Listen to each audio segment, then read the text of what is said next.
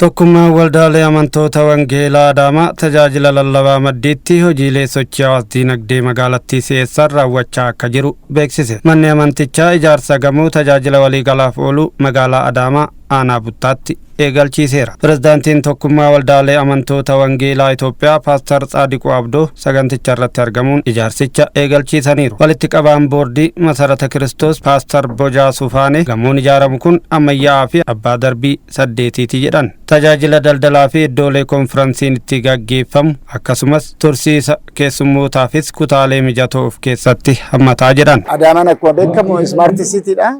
Iddoon nuuf kenname kunis commercial areaadha. Iddoo baay'ee gabaadhaaf mijataadha. Manni amantaa misooma hojjechuu ni dandeessi kan jedhu gaafii namoota baay'eetti illee kaa'ee ture. Iddoo kanatti mana akkana ijaarte istaandardii magaalaatiin gamoo amma qabame kana ijaaruu ni danda'u kan jedhamu yaadamaati ture. Manni amantaa humna guddaa qaba. Saba bal'aas qaba. Hummanni hamma kana baay'atu yoo walitti cimme galaana guddaa ta'a.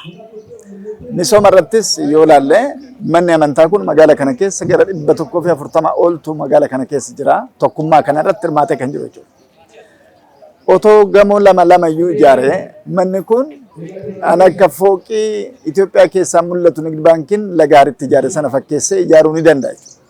Gama biraatiin nuti warra amantii qabu warra maallaqa qabu bichaa odoo hin taane Waaqayyo hojii guddaa akka hojjetu waan beeknuuf jijjiirama irratti warra jijjiiramaaf dhamaan wajjin Waaqayyo hojii bal'aa akka hojjetu waan beeknuuf garaa tokkoon yaada tokkoon har'a dhagaan bu'uuraa kun hin kaawame jechaadha. Tokkummaan waldaalee kun magaalattiitti hojiilee tajaajila barnootaa fi hawaasummaa gara biroon wal qabatan irrattis lammiilee fayyaduun mootummaarraa ba'aa hir'isaa akka jiru eeran. Waldaan keenya akkuma waliigalaatti wangeela lallabuu cinaatti misoomas hojjechaa jirra. Akkuma beekamu magaala kana keessatti konferaansii guddaan magaala kana irratti gaggeeffamaa ture. Yeroo sana nama 100 lukkuu kennaa turre mana lukkuu kennaati turre. Hojjetaa fi hawaasummaa magaalaa Adaamaa wajjiniin abbootii nyaata hin qabne iddoo buufata manguddootaatti deemnee isaa wajjiniin nyaata laaqana qopheessinee isaa wajjin ayyaana gannaa kabajaatti turre. Fakkeenya akka taanuuf dargaggoota keenyaaf hojjettoota namoota hojii dhabaniif fakkeenya gaarii akka taanuuf hojii babal'aan hojii misooma baay'eetu hojjetamaatti jira. Akkuma tokkummaa waldoota magaalaa Adaamaatti immoo yeroo baay'ee namoota harka qalleeyyiin deeggaramaatti jiru, namoota manni irratti jigee suphaatti jirra. Kallattii gara fuulduraatti immoo karoora bal'aa qabannee hojiiwwan mootummaan hojii dhabeeyyiidhaaf kaan sana deeggarsa addaa gochuudhaaf wangeela cinaatti hojii misoomaa sirriitti akka hojjennu tokkummaan namoota akka cimu namoota harka qalleeyyii gargaarsa garaagaraa akka goonuuf boordii magaalaa Adaamaa wajjiniin wanta baay'ee murteessaatti jira jechaadha. Miseensa koree ijaarsa gamichaa kan ta'an Raajii Daawit Hayilee gama isaaniitiin ijaarsi gamoo ammayyaa kun milkaa'ina mul'ata Smart Adaamaa keessatti gahee akka baatutti raawwatamaa kaasan. Baay'ee ulfaataaf rakkisaa danuu keessa dabarre keessumattuu tokkummaa waldoota kiristaanaa kun waggaa 36 guutuu bakka mataasaa ta'e kan hin qabnee fi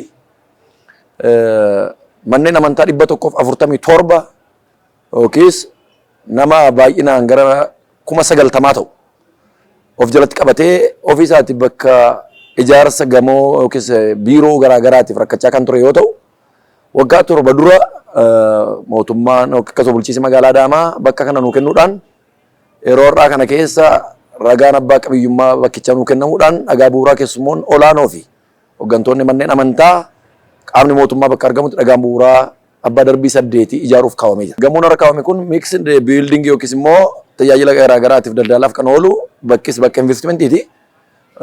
Akkuma sanas kallattii mootummaan kaa'eef Smart Adaamaa jedhee kallattii mootummaan kaa'ee dabalatee abbaa darbii 8 kan gubbaa irratti hojii daldalaa bal'aan irratti ni gaggeeffama. Akkasuma biiroon darbii gara oolu yookiis immoo gara guddaa olii gubbaa irratti ni gaggeeffama.